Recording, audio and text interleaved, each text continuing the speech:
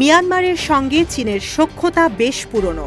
Junta সরকার ও বিদ্রোহী গোষ্ঠী দুপক্ষের সঙ্গেই সমানভাবে সম্পর্ক বজায় রাখছে বেইজিং। গৃহযুদ্ধ শুরুর পর 4 বার রাশিয়া সফরে গেছেন জান্তা প্রধান জেনারেল মিন অং লাই। চীন ও রাশিয়ার আগ্রহের জায়গায় যুক্তরাষ্ট্র নাক না গলিয়ে থাকে কিভাবে? জানুয়ারিতে সিনেট ফরেন রিলেশনস কমিটিতে কথা বলেন মার্কিন পররাষ্ট্রমন্ত্রী মার্কো রুবিও। এ সময় তিনি জানান, প্রেসিডেন্ট ট্রাম্পের অধীনে পররাষ্ট্র দপ্তরের অগ্রাধিকার হবে যুক্তরাষ্ট্র।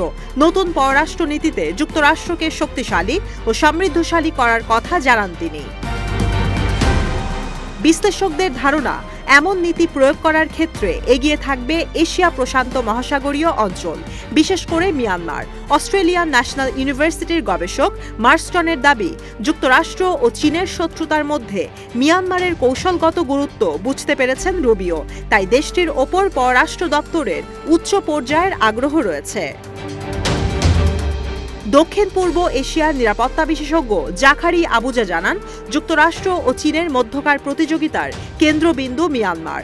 দেশটির অবস্থান দক্ষিণ ও দক্ষিণ পূর্ব এশিয়ার সংযোগস্থলে, যা আঞ্চলিক নিরাপত্তা ও অর্থনৈতিক স্থিতিশীলতার জন্য গুরুত্বপূর্ণ।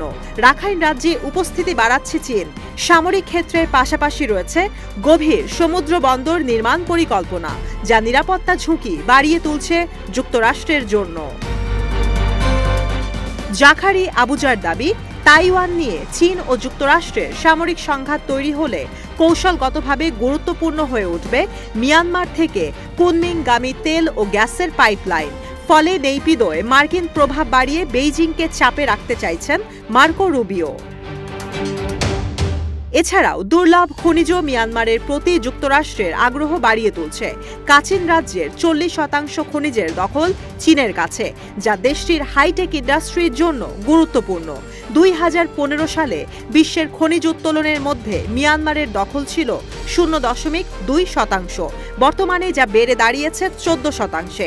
ইউক্রেনের মতো মিয়ানমারের খনিজ মার্কিন প্রশাসনের মধ্যে সাড়া ফেলেছে, যা এই অঞ্চলে তৈরি করতে পারে নতুন স্নায়ুযুদ্ধ। দায়িত্ব গ্রহণের প্রথম দিন কোয়াড জোটের পররাষ্ট্রমন্ত্রীদের সঙ্গে বৈঠক করেন মার্কো রুবিও। মূলত ভারত, জাপান ও অস্ট্রেলিয়ায় চীনের প্রভাব কমানোর লক্ষ্যে আয়োজন করা হয় এই বৈঠক। বিশ্লেষকরা বলছেন, দক্ষিণ পূর্ব এশিয়ার বিষয়ে রুবিও ভালো ধারণা রাখেন। ফলে মিয়ানমারে মার্কিনদের আধিপত্য প্রতিষ্ঠায় জান্তার পাশাপাশি বিদ্রোহীদের সঙ্গে আলোচনায় বসতে পারেন তিনি। এমনকি পরিস্থিতি বুঝতে বিদ্রোহীদের জন্য আসতে পারে কাঙ্ক্ষিত স্বীকৃতি।